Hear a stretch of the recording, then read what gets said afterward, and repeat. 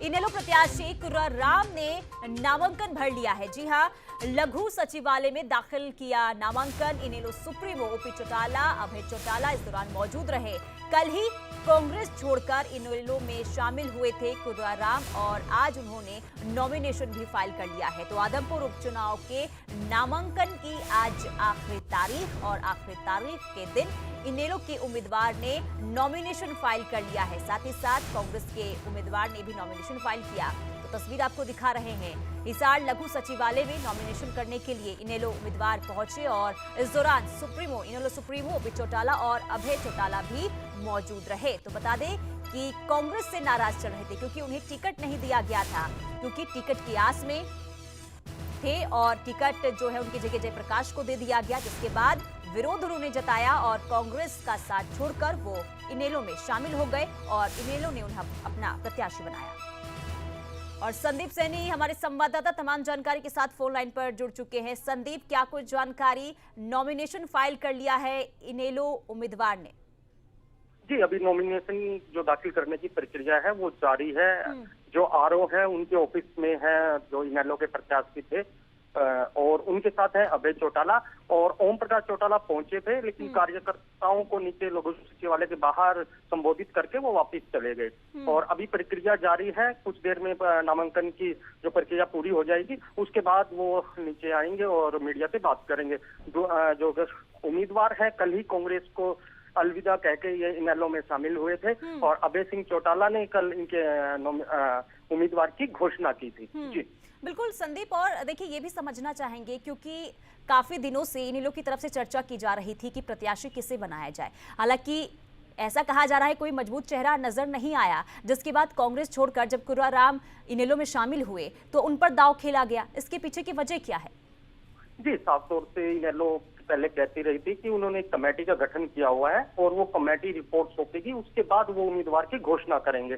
कल अभय सिंह चौटाला ने press conference में कहा कि जो कमेटी ने रिपोर्ट सौंपी थी उसमें कहा गया था कि जो लोगों की राय है उसमें या तो ओम प्रकाश चौटाला के परिवार से कोई चुनाव लड़े आदमपुर में या और एक कैंडिडेट था, या और इसके अलावा जो अभी फिलहाल जो प्रत्याशी बनाए गए हैं कुर्राराम, उनका अभी नाम कमेटी में दिया गया था कि ये कांग्रेस से मजबूत है और इनको टिकट नहीं मिलेगी और ये नाराज होकर कांग्रेस पार्टी छोड़ेंगे और ये इनेलो में शामिल हो सकते हैं। इस तरह की उस रिपोर्ट में जिक्र किया गया था। अभय चौटाला ने भी कल कहा था और इसी के बाद उन्होंने जब कांग्रेस की टिकट नहीं मिली तो उन्होंने अब कांग्रेस पार्टी छोड़ दी और उसके 2 घंटे बाद ही इनेलो ने इनको टिकट दे दी। बिल्कुल, चलिए बहुत शुक्रिया संदीप तमाम जानकारी के लिए। तो देखिए इनेलो ने तो दांव खेल दिया है, लेकिन इसका फायदा इनेलो को कितना मिलेगा ये देखने वाली बात होगी। और खबरों में आगे बढ़ते हुए और पंचायत चुनाव से जुड़ी बड़ी खबर आपको बता दें। पंचायत चुनाव के दूसरे चरण की तारीखों का ऐलान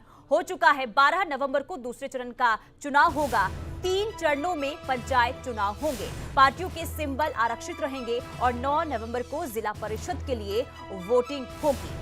तो 12 नवंबर को होगा दूसरे चरण का चुनाव। ये बड़ी जानकारी आपको बता रहे हैं। तो हरियाणा पंचायत चुनाव के दूसरे चरण की घोषणा कर दी गई है। तो 9 नवंबर को जिला परिषद के लिए वोट डाले जाएंगे। तो पार्टियों के सिंबल इस दौरान आरक्षित रहेंगे। तो आपको बता दें कि 12 नवंबर को दूसरे चरण के चुनाव होने हैं। 3 चरणों में पंचायत चुनाव होंगे और दूसरे चरण में अंबाला, चरखी दादरी, गुरुग्राम, करनाल, कुरुक्षेत्र, रेवाड़ी, रोहतक, सिरसा और सोनीपत यानी कि 9 जिले शामिल किए गए हैं, जिसके लिए नामांकन प्रक्रिया 21 से 28 अक्टूबर तक चलेगी। बड़ी खबर आपको बता रहे हैं, दूसरे चरण के लिए चुनाव की तारीखों का ऐलान भी हो चुका है। पहले फेज में 9 जिले में चुनाव होंगे, जिनमें पानीपत, भिवानी, झज्जर और जींद, कैथल, महेंद्रगढ़, नूंह, पंचकुला और यमुनानगर में चुनाव होगा। और आपको बता दें कि फतेहाबाद भी इसमें शामिल था, लेकिन आदमपुर उपचुनाव की वजह से इसे हटा दिया गया। तो पहले फेज में पंच सरपंच के लिए 2 नवंबर को मतदान होगा और उसी दिन नतीजे भी आ जाएंगे। पहले चरण में जिला परिषद और पंचायत समिति मेंबर का मतदान 30 अक्टूबर को होगा, लेकिन इसका परिणाम सभी जिलों के साथ ही आएगा। तो राज्य चुनाव आयोग की पीसी हुई, जिसमें दूसरे चरण की तारीखों के बारे में जानकारी दी गई है। तो 31 को उम्मीदवारों की सूची जारी होगी और साथ ही साथ आपको बता दें कि 21 से 28 अक्टूबर तक नॉमिनेशन फाइल किए जाएंगे। तो 3 चरण में पंचायत चुनाव होंगे। 9 नवंबर को ही पंचायत समिति के लिए वोट डाले जाएंगे। तो 12 नवंबर को पंच और सरपंच के लिए चुनाव होंगे। 29 अक्टूबर को स्क्रूटनी की तारीख होगी और 31 अक्टूबर तक नामांकन वापसी की तारीख है। तो पंचायत चुनाव का बिगुल बज चुका है और 3 चरणों में पंचायत चुनाव होंगे। तो राज्य चुनाव आयोग की पीसी हुई और इस दौरान जो है ये तमाम जानकारियां दी गई। 21 से 28 अक्टूबर तक नामांकन की तारीख है। सुबह 10 बजे से 3 बजे तक नॉमिनेशन फाइल किए जाएंगे और 9 नवंबर को ही पंचायत चुनाव के नतीजे भी आ जाएंगे।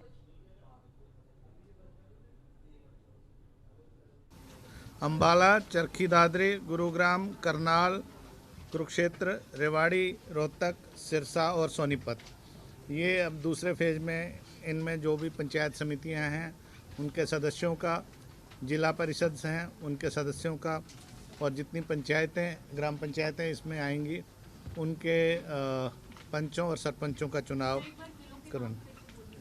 हाँ जी, अंबाला, चरखी दादरी, गुरुग्राम, करनाल, कुरुक्षेत्र, रेवाड़ी, रोहतक, सिरसा एवं सोनीपत। आज इसकी विधिवत घोषणा हो रही है और कल से इसके लिए नोटिस जो डिप्टी कमिश्नर साहिबान हैं इन जिलों के वो लगाएंगे as district election officer panchayat. और 21 तारीख से नॉमिनेशन की प्रक्रिया प्रारंभ होगी। क्योंकि इस बीच में 3 छुट्टियां हैं, दिवाली और 2 और छुट्टियां संडे और विश्वकर्मा डे की। 23-10, 24-10 की दिवाली, 23-10 का संडे, 25-10 का विश्वकर्मा डे है। तो 21 से 28 तक चूँकि 5 दिन वर्किंग देने पड़ते हैं, नॉमिनेशन की प्रक्रिया चलेगी सुबह 10 बजे से 3 बजे तक।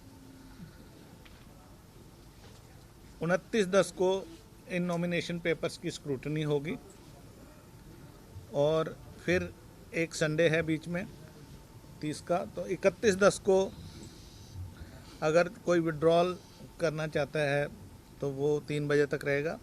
3 बजे लिस्ट 31-10 को फाइनलाइज हो जाएगी और उसके तुरंत बाद सिंबल्स की अलॉटमेंट होगी जो चुनाव चिन्ह हैं। हाँ, 4 जिलों का 3rd फेज में लेंगे, वो आदमपुर बाईपोल के बाद।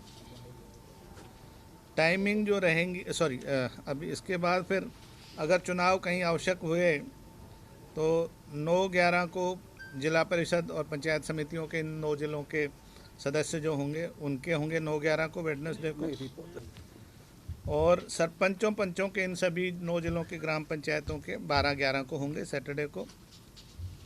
पोल की टाइमिंग्स रहेंगी 7 बजे से 6 बजे तक, क्योंकि इनमें पोलिंग परसेंटेज जनरली काफ़ी हाई होती है, कीनली कॉन्टेस्टेड होते हैं, तो इसलिए 1 घंटे का टाइम हमने 5 बजे के बजाय 6 बजे तक रखा है। और अगर रीपोल कहीं आवश्यक हुआ जिला परिषद पंचायत समितियों के तो वो 12-11 को पंचायतों के चुनाव के साथ ही हो जाएगा। और इसी तरह ग्राम पंचायतों का पंचों सरपंचों का अगर कोई रीपोल आवश्यक हुआ वो 14-11 को करवाया जाएगा। काउंटिंग ऑफ वोट्स पंचों सरपंचों की तो उसी दिन जैसे ही उनकी पोलिंग ख़त्म होती है वहीं पे काउंटिंग की व्यवस्था रहेगी, कोई रीपोल वाले को छोड़ के। जहाँ तक जिला परिषद और पंचायत समिति के सदस्यों की बात है, ये जो पहले 9 जिलों के जो चुनाव हो चुके होंगे वो भी ईवीएम्स स्ट्रॉन्ग रूम में रहेंगी, ये ईवीएम्स भी स्ट्रॉन्ग रूम में जाएंगी, और ताकि जो आने वाले चुनाव हैं उन पे इनका प्रभाव ना पड़े बाकी 4 जिलों के। और इनकी काउंटिंग जो है उन 4 जिलों के चुनाव होने के बाद।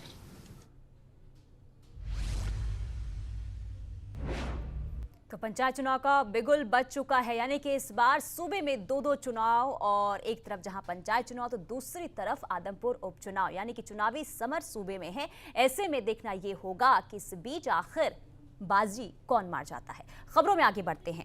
बताएं आपको बड़ी खबर आ रही है, जहां एसवाईएल को लेकर दोनों राज्यों के सीएम की बैठक जारी है। मनोहर लाल की पंजाब सीएम के साथ बैठक जारी है।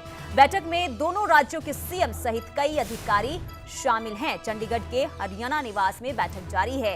एसवाईएल को लेकर दोनों राज्यों के सीएम की बैठक हो रही है। तो चंडीगढ़ के हरियाणा निवास में ये अहम बैठक, दोनों राज्यों के सीएम सहित कई अधिकारी भी इस बैठक में मौजूद हैं। समाधान निकालने की कोशिश की जा रही है। बता दें कि सुप्रीम कोर्ट के आदेश के बाद ये बैठक हो रही है।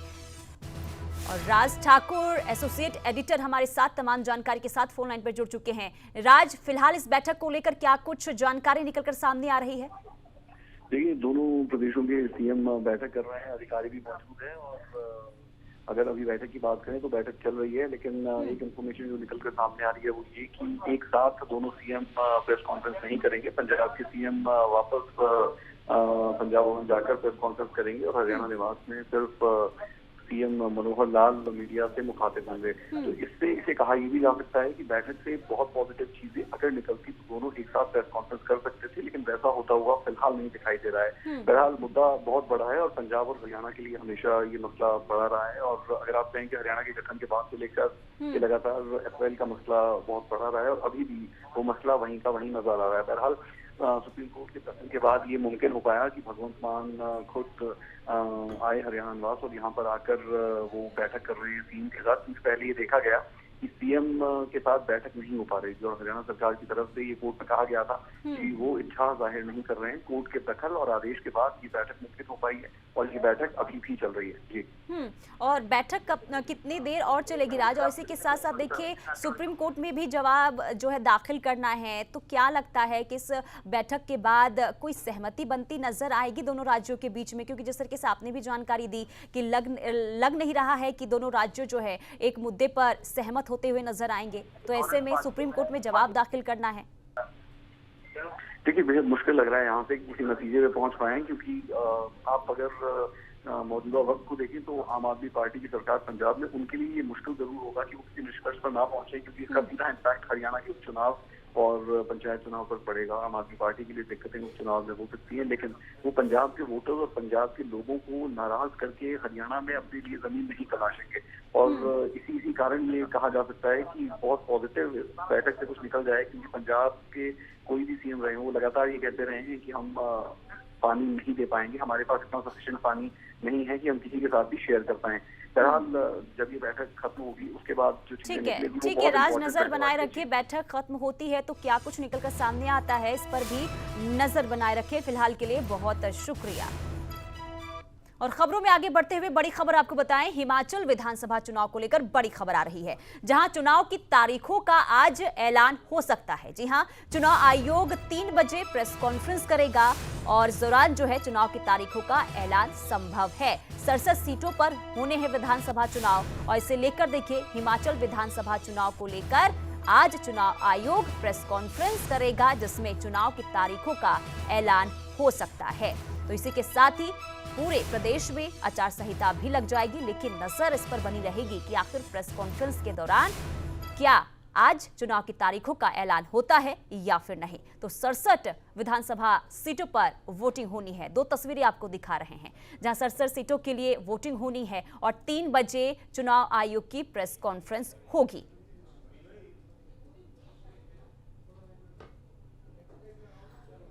तो आपको बता दें कि हिमाचल चुनाव का शंखनाद आज हो सकता है, क्योंकि 3 बजे प्रेस कॉन्फ्रेंस चुनाव आयोग की तरफ से होगा और इस प्रेस कॉन्फ्रेंस में क्या कुछ ऐलान होता है, क्या आज ही चुनाव की तारीखों का ऐलान होगा, इस पर भी नजर रहेगी। क्योंकि 2 राज्यों में विधानसभा चुनाव होने हैं, एक तरफ हिमाचल प्रदेश और दूसरा गुजरात में।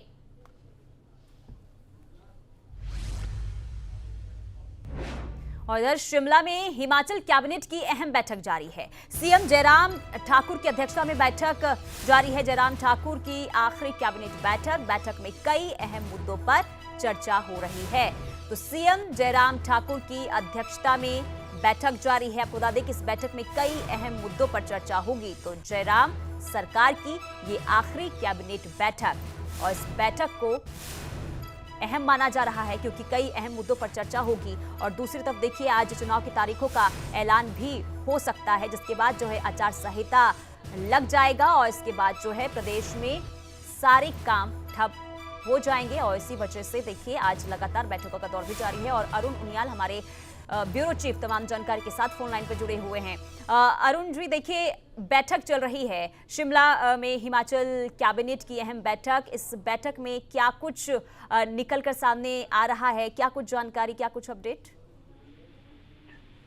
देखिए पुनीता, बड़ा महत्वपूर्ण है। लगातार बीते अगर हम 10-15 दिन के अंदर देखेंगे तो 2-3 दिन के बाद जयराम सरकार की कैबिनेट के नतीजे हमारे सामने आ रहे हैं। और इसकी सबसे बड़ी वजह यह है कि आम चुनावों की आहट से पहले सरकार 75 साल का जो अपना जश्न मना रही है, तमाम जगह पर एक दिन में 2 विधानसभा को मुख्यमंत्री कवर कर रहे हैं, वो वहां कुछ घोषणाएं कर रहे हैं। उन घोषणाओं को अमली जामा पहनाने के लिए कैबिनेट की अप्रूवल और उसकी क्लियरेंस, ये तमाम चीजें की वजह से लगातार बड़ी जल्दी में जयराम सरकार की कैबिनेट हो रही है। और प्रधानमंत्री के दौरे से पहले ये माना जा रहा था कि ये शायद अंतिम बैठक हो सकती है जयराम सरकार के कैबिनेट की, लेकिन उसी के बाद संकेत मिले थे कि प्रधानमंत्री के जाने के एकदम बाद दोबारा होगी।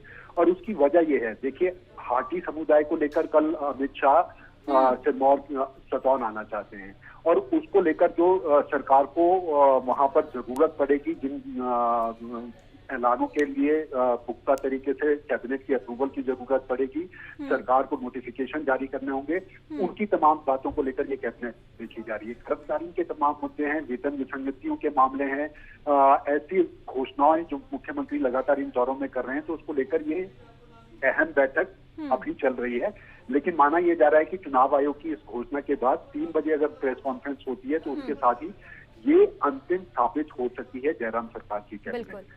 चलिए बहुत शुक्रिया अरुण तमाम जानकारी के लिए। तो देखिए सीएम जयराम ठाकुर की अध्यक्षता में ये बैठक हो रही है और कई अहम मुद्दों पर इस बैठक में चर्चा हो रही है। तो देखिए जहां एक तरफ बीजेपी की बैठक जारी है तो दूसरी तरफ सोलन के ठोडो मैदान में जुटने लगे हैं लोग। जी हां, आज कांग्रेस के चुनाव प्रचार का शंखनाद है। उस दौरान प्रियंका गांधी परिवर्तन प्रतिज्ञा रैली में पहुंचेंगी। कांग्रेस के दिग्गज रैली को सफल बनाने में जुटे हुए हैं। ठाकुर कौल सिंह भी रैली में पहुंचे हैं।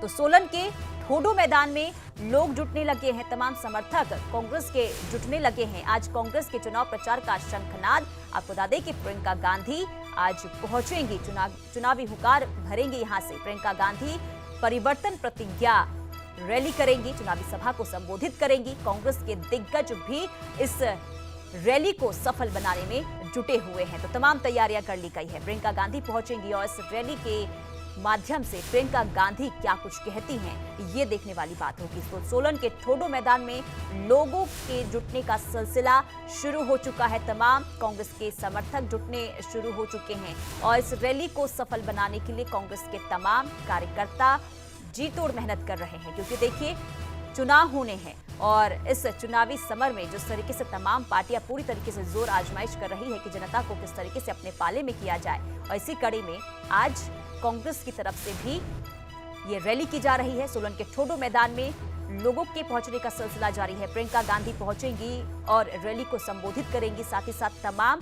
कांग्रेस के दिग्गज नेता इस रैली में पहुंचेंगे। तो प्रियंका गांधी परिवर्तन प्रतिज्ञा रैली करेंगी। और एक बार फिर से अरुण उनियाल हमारे ब्यूरो चीफ तमाम जानकारी के साथ जुड़ चुके हैं। अरुण, देखिए कांग्रेस की आज रैली होने वाली है, प्रियंका गांधी कितने बजे तक पहुंचेंगी? देखिए ये माना जा रहा है, लगभग पहले ये तय किया गया था, बताया ये गया था कि 12 बजे प्रियंका गांधी की रैली की शुरुआत हो सकती है, लेकिन अब कहा जा रहा है कि 2 बजे के करीब जो है प्रियंका गांधी सभा स्थल पर पहुंचेंगी और उन्हीं का इंतजार किया जा रहा है। और उनके इंतजार के बाद कांग्रेस अपना भाजपा के तमाम नेताओं की जो रैली हुई है, खासतौर पर प्रधानमंत्री की रैली, उनका पहली बार जवाब देती नजर आएगी प्रियंका गांधी की इस परिवर्तन प्रतिज्ञा रैली के साथ। इंतजार सिर्फ अब प्रियंका गांधी का पंडाल भर चुका है और तमाम कांग्रेस के जो हिमाचल के दिग्गज नेता हैं वो यहाँ पर मौजूद हैं। प्रभारी राजीव शुक्ला वो यहाँ पर मौजूद हैं, सह प्रभारी संजय वो यहाँ पर मौजूद हैं, लेकिन एक बड़ा जमवाड़ा यहाँ पर कांग्रेस के तमाम नेताओं का। ठीक है अरुण, आप बने रहिए। तो बड़ी खबर आपको ये बता दें, अपडेट प्रियंका गांधी रैली में पहुंच चुकी हैं, वो भी तस्वीर आपको दिखाएंगे। तो हिमाचल प्रदेश में आज प्रियंका गांधी की रैली और जो खबर यानी कि अपडेट जो जानकारी निकलकर सामने आ रही है वो कि प्रियंका गांधी रैली में पहुंच चुकी हैं। सोलन के ठोडो मैदान में लोगों के पहुंचने का सिलसिला भी जारी है और ये तस्वीर आपको सीधी तस्वीर दिखा रहे हैं। हिमाचल के ठोडो मैदान यानी सोलन के ठोडो मैदान की तस्वीर आपको दिखा रहे हैं, जहां भारी संख्या में तमाम समर्थक पहुंचे हैं और प्रियंका गांधी रैली में मौजूद हैं। तो आज से कांग्रेस ने चुनावी प्रचार का शंखनाद यहां पर हो चुका है। प्रियंका गांधी परिवर्तन प्रतिज्ञा रैली को संबोधित करेंगी और मंच पर प्रियंका गांधी मौजूद हैं और अरुण उनियाल हमारे साथ बने हुए हैं। अरुण, देखिए तस्वीर भी हम दर्शकों को लगातार दिखा रहे हैं सोलन मैदान की, ठोडो मैदान की, जहां प्रियंका गांधी पहुंच चुकी हैं। कितना अहम माना जाए कांग्रेस के लिए रैली?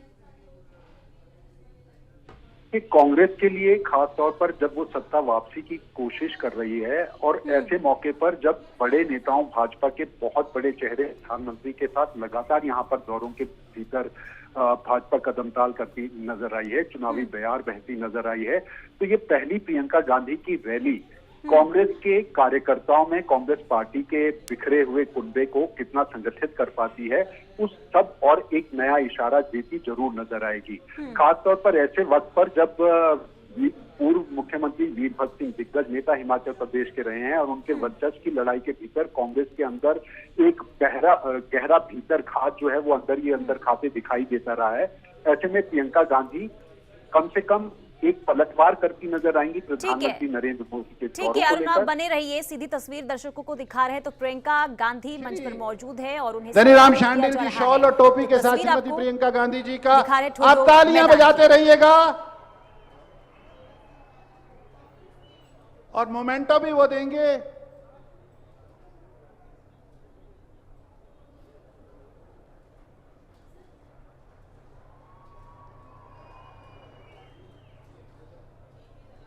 और श्री भूपेश बघेल जी को भी वो शॉल टोपी पहना करके और मोमेंटो दे करके स्वागत करेंगे।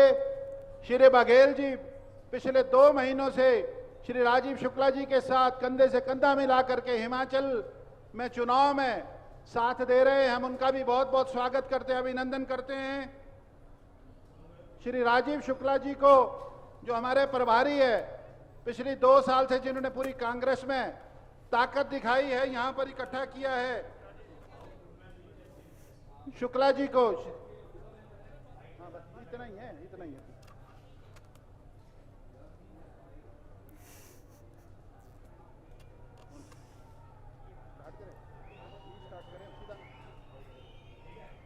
और अब हम ये अपना प्रक्रिया आगे शुरू करते हैं। तो सोलन के ठोडो मैदान की तस्वीर हम आपको दिखा रहे हैं, जहां प्रियंका गांधी पहुंच चुकी हैं। उन्हें शॉल और हिमाचल की पारंपरिक टोपी पहनाकर उनका स्वागत किया गया है। तो काफी अहम ये रैली कांग्रेस की मानी जा रही है, क्योंकि देखिए प्रचार का शंखनाद आज प्रियंका गांधी इस रैली के साथ करने जा रही हैं और भारी तादाद में कार्यकर्ता वहां पर मौजूद है, साथ ही साथ समर्थक वहां पर मौजूद हैं और सबकी नजरें टिकी है कि आखिर प्रियंका गांधी इस रैली के माध्यम से क्या कुछ कहेंगी, क्या कुछ घोषणा करेंगी, ये भी देखने वाली बात रहती है। तो आज कांग्रेस के चुनाव प्रचार का शंखनाद प्रियंका गांधी इस रैली के माध्यम से करने जा रही हैं। बातें खुशहाली की होंगी, रुकी उम्मीदें पूरी होंगी, अब कांग्रेस की बारी है और रिवाज भी। तो प्रियंका गांधी पहुंची हैं सोलन के ठोडो मैदान में, जहां से रैली को संबोधित करेंगी। तो मंच पर प्रियंका गांधी मौजूद हैं और थोड़ी देर में जनसभा को संबोधित करेंगी। क्या कुछ कहती हैं ये देखने वाली बात होगी। तो काफी उत्साह वहां पर तमाम समर्थकों में और तमाम लोगों में देखने को मिल रहा है। ये तस्वीर आपको सोलन के ठोडो मैदान की दिखा रहे हैं, जहां प्रियंका गांधी मंच पर मौजूद हैं और भारी संख्या में वहां पर भीड़ देखने को मिल रही है। तो आज से कांग्रेस की तरफ से चुनावी प्रचार का शंखनाद और साथ ही साथ देखिए खोई हुई जमीन को तलाशने के लिए कांग्रेस जुटी हुई है और एक बार फिर से सत्ता को पाने की पूरी कोशिश कर रही है। और यही वजह है कि लगातार जनता के बीच पहुंचकर तमाम मुद्दों को उठाया जा रहा है। और आज प्रियंका गांधी की परिवर्तन प्रतिज्ञा रैली, जिसमें प्रियंका गांधी मौजूद हैं। और एक बार फिर चलते हैं, अरुण उनियाल हमारे साथ जुड़े हुए हैं। अरुण, देखिए अगर हम बात करें कांग्रेस की, तो कांग्रेस जिस तरीके से एक बार फिर से जुटी हुई है कि किस तरीके से हिमाचल में सत्ता पर कब्जा किया जाए, इसके लिए तमाम तरह के वादे और दावे भी किए जा रहे हैं। और इस बार क्या अहम मुद्दा कांग्रेस का रहने वाला है? देखिए पुनीता, अगर आप तस्वीरों में देखेंगे, मंच पर देखेंगे, तो हिमाचल के प्रभारी राजीव शुक्ला प्रियंका गांधी के साथ एक और बड़ा चेहरा नजर आ रहा है, और ये बड़ा चेहरा है छत्तीसगढ़ के मुख्यमंत्री भूपेश बघेल का। आपको याद होगा पुनीता, हिमाचल प्रदेश में जब कांग्रेस ने चुनावों की देने के साथ अपने कदमताल यहाँ बनाने शुरू किए थे और कुछ घोषणाएं करने का सिलसिला जारी किया था, तो हिमाचल प्रदेश में लगभग 1.25 लाख के करीब न्यू पेंशन स्कीम के कर्मचारी हैं, और उनकी एक बड़ी मांग थी, जो राजनीतिक दल ओल्ड पेंशन की बहाली करेगा उसका 7 कर्मचारी ये देंगे।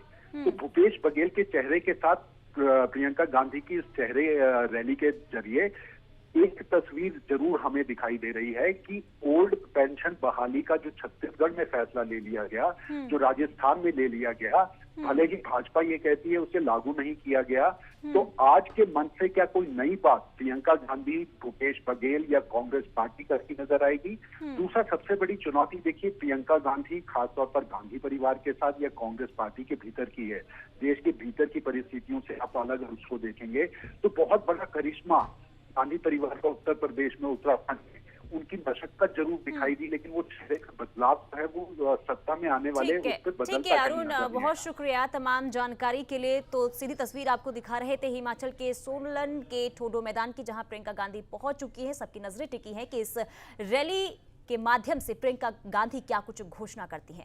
खबरों में आगे बढ़ते हैं। बड़ी खबर आपको बताएं, अभय चौटाला का जेजेपी पर तंज, जेजेपी कर रही है भजनलाल परिवार को सपोर्ट, ये कहना है अभय चौटाला का। भजनलाल ने ताऊ देवीलाल से छीनी 2 बार सत्ता छीनने वालों के लिए जेजेपी कर रही है प्रचार। तो देखिए जेजेपी कर रही है भजनलाल परिवार का सपोर्ट, अभय चौटाला का जेजेपी पर तंज। तो अभय चौटाला ने जेजेपी पर तंज कसा है। उन्होंने कहा है कि जेजेपी भजनलाल परिवार को सपोर्ट कर रही है। भजनलाल ने ताऊ देवीलाल से 2 बार सत्ता छीनी है। तो तंज कसा गया है यहाँ पर, सत्ता छीनने वालों के लिए जेजेपी प्रचार कर रही है। तो बड़ी खबर आपको बता रहे हैं, जेजेपी भजनलाल परिवार को सपोर्ट कर रही है। अभय चौटाला ने ये तंज कसा है। तो अभय चौटाला का जेजेपी पर तंज, उन्होंने कहा है कि जेजेपी भजनलाल परिवार को सपोर्ट कर रही है, साथ दे रही है। भजनलाल ने ताऊ देवीलाल से 2 बार सत्ता छीनी है। सत्ता छीनने वालों के लिए जेजेपी प्रचार प्रसार कर रही है। चौधरी देवीलाल की फोटो भी लगाएंगे। ये जो पोस्टर है और नया आएगा एक पोस्टर, उसमें चौधरी देवीलाल का फोटो लगा करके भी ये वोट मांगेंगे।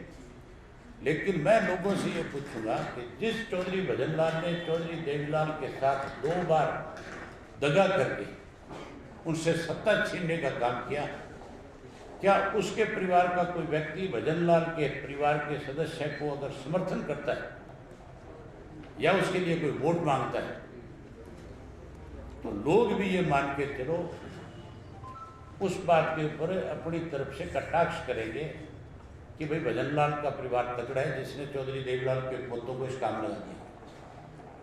कहेंगे कि नहीं कहेंगे? कोई मेरे से सत्ता छीन ले और वो मुझे आकर के ये कहे कि मैं चुनाव लड़ा, तू मेरी मदद कर दे, मेरा बस तो चले तो गर्दन काट। 2 दफा दगा किया चौधरी भजनलाल ने, किया कि नहीं किया? सन 77 में भी और उसके बाद सन 82 में। चौधरी देवीलाल की फोटो भी लगाएंगे। ये जो पोस्टर है और नया आएगा एक पोस्टर, उसमें चौधरी देवीलाल का फोटो लगा करके भी ये वोट मांगेंगे।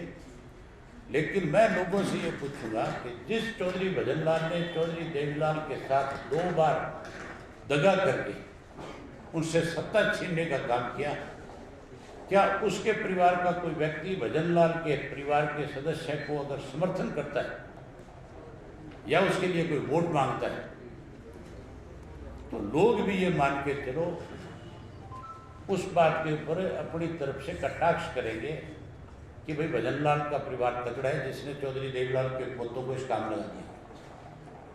कहेंगे कि नहीं कहेंगे? कोई मेरे से सत्ता छीन ले और वो मुझे आकर के ये कहे कि मैं चुनाव लड़ा, तो मेरी मदद कर दे, मेरा बस तो चले तो गर्दन काट। 2 दफा दगा किया चौधरी भजनलाल ने, किया कि नहीं किया? सन 77 में भी और उसके बाद सन 82 में भी।